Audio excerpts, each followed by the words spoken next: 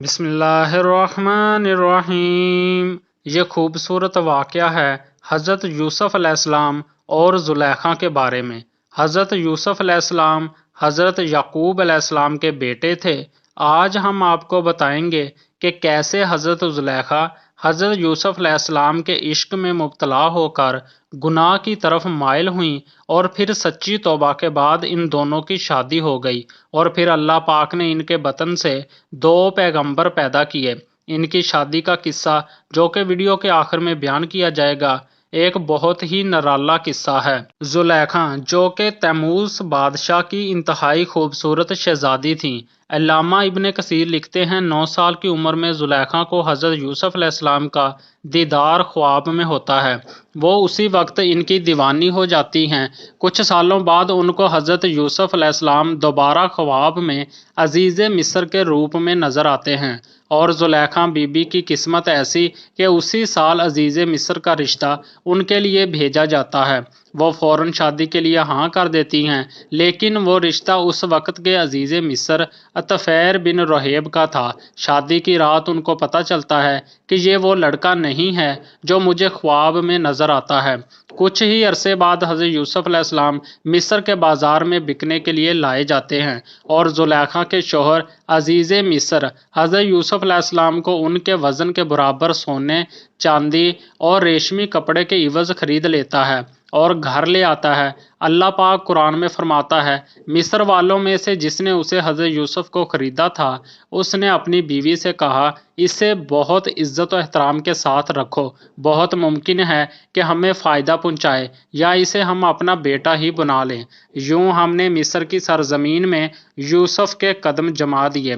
حضرت یوسف محل میں سکون سے رہنے لگے۔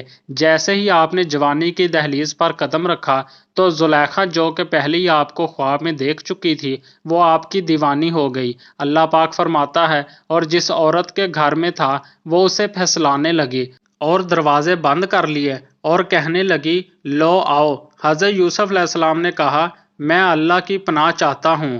حضرت یوسف علیہ السلام دروازے کی طرف بھاگے، لیکن دروازے اللہ کے حکم سے کھلتے گئے۔ زلیخا نے حضرت یوسف کو بھاگتے ہوئے پیچھے سے پکڑا، جس سے ان کی قمیض پیچھے سے پھٹ گئی۔ یہ سب باتیں آپ نے سن رکھی ہوں گی، اس لیے واقعہ کو مختصر کرتے ہیں کہ عزیز مصر نے جب حضرت یوسف کو یوں بند کمرے سے نکلتے دیکھا تو زلیخا نے شور مچایا کہ یوسف میرے ساتھ بدکاری کرنا چاہتا تھا، اور بولی، جو شخص تیری بیوی کے ساتھ برا ارادہ کرے تو بس اس کی سزا یہی ہے کہ اسے قید کر دیا جائے اور کوئی دردناک سزا دی جائے۔ یہی مجھے اپنی نفسانی خواہش پورا کرنے پر مجبور کر رہی تھی۔ حضرت یوسف علیہ السلام نے فرمایا، خیر اللہ پاک فرماتا ہے، عورت کے گھر والوں میں سے ایک گواہ نے گواہی دی کہ اگر اس کا کرتا آگے سے پھٹا ہے تو عورت سچی ہے اور وہ جھوٹا ہے، اور اگر اس کا کرتا پیچھے سے پھٹا ہے تو یہ جھوٹی ہے اور وہ سچا ہے۔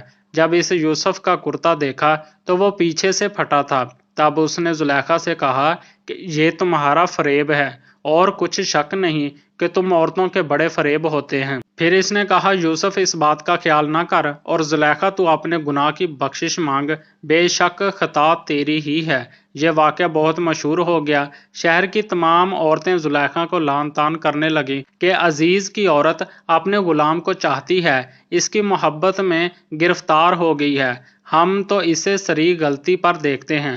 زلیخا نے تنگ آ کر ایک دن تمام عورتوں کو دعوت کی اور سب کو پھل تراشنے کے لیے پکڑا دیا، اور ساتھ ہی حضرت یوسف علیہ السلام کو سامنے لا کھڑا کیا۔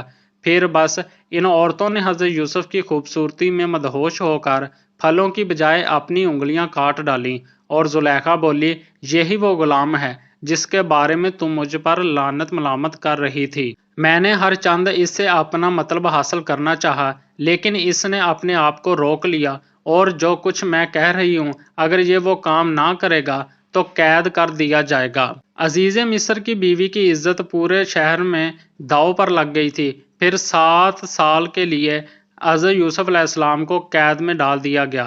7 سال بعد ایک انتہائی عجیب و غریب عزیز مصر کے خواب کی تعبیر بتانے پر حضرت یوسف کو رہائی مل گئی۔ عزیز مصر اپنی وفات سے پہلے ہی تمام اختیارات حضرت یوسف کے ہاتھ میں دے گئے تھے۔